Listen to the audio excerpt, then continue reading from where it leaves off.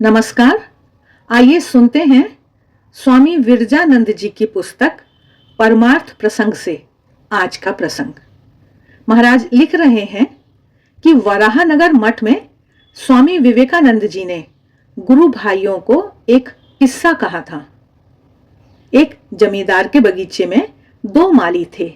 एक प्रायः सब समय हाथ जोड़कर मालिक के सामने बैठा रहता और भक्ति से गदगद होकर कहता, आहा, प्रभु के कैसे सुंदर नैन, कैसी सुंदर नाक और कैसा सुंदर रूप इत्यादि।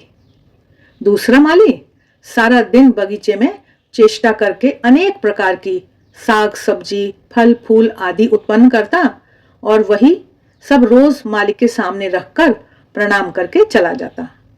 मालिक किसके ऊपर अधिक संतुष्ट होगा? उसी तरह भगवान भी, जो अपने कर्तव्य कर्म की अवहेलना करके केवल स्तोत्र स्तुति से उन्हें संतुष्ट करना चाहता है, उसकी अपेक्षा जो ईश्वर की सेवा समझकर अपना कर्तव्य कर्म देह मन लगाकर संपन्न करता है, उस व्यक्ति से ही अधिक संतुष्ट होते हैं। स्वामी विवेकानंद जी ने गुरु भाइयों को संबोधित करके कहा था, देखना तुम कहीं कैसे सुंदर नेत्र, कैसी सुंदर नाक वालों के दल में या घंटा हिलाने वालों के दल में न पड़ जाना। महाराज आगे बता रहे हैं कि धर्म लाभ का अर्थ है आत्मानुभूति। जिसे यह अनुभूति हुई है वही यथार्थ धार्मिक है। सच्ची बात कही जाए तो हम सभी नास्तिक हैं। हम यदि भगवान को अपने अंतर बाह्य देख सकें, सर्वव्यापी समझकर धारण करें, तो फिर क्या उनकी साक्षात उपस्थिति में हम कोई कुकार्य कर सकते हैं?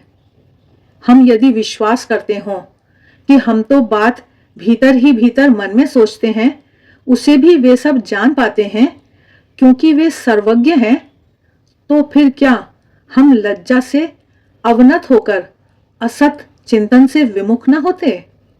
हमें यदि यह ज्ञान हो कि हमारे पापों के परिणाम में दंड स्वरूप वे हमारे लिए नरक यंत्रणा का विधान करने में सक्षम हैं क्योंकि वे हैं सर्वशक्तिमान, तो क्या हम उनके डर से पापों से विरत न होते?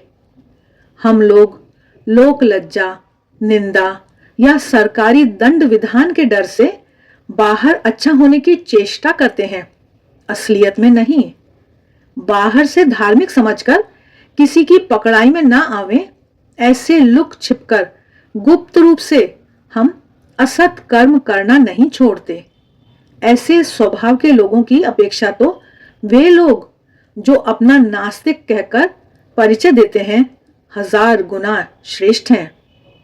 स्वामी विवेकानंद जी ने कहा है, जब भी हो सके, जैसे भी हो सके, दूसरों की सहायता करो, किंतु किस उद्देश्य से कर रहे हो, इस ओर नजर बनाए रखो। यदि तुम अपनी किसी सुविधा या स्वार्थ सिद्धि के लिए करते हो, तो समझ रखना कि उससे जिनकी तुम सहायता करते हो उनका कोई विशेष लाभ या उपकार ना होगा, तुम्हारा भी नहीं। किंतु यदि वह निस्वार्थ हो तो जिन्हें देते हो उनको तो काफी सुख तथा उनका कल्याण होगा ही, परंतु उससे 1000 गुना सुख और कल्याण तुम्हारा खुद का भी होगा। तुम्हारा जीवन धारण जैसे सत्य है, यह भी ठीक वैसा ही ध्रुव सत्य है। आशा है आज के महाराज के इन विचारों पर हम चिंतन व मनन अवश्य करेंगे। आज के लिए बस इतना ही। नमस्कार।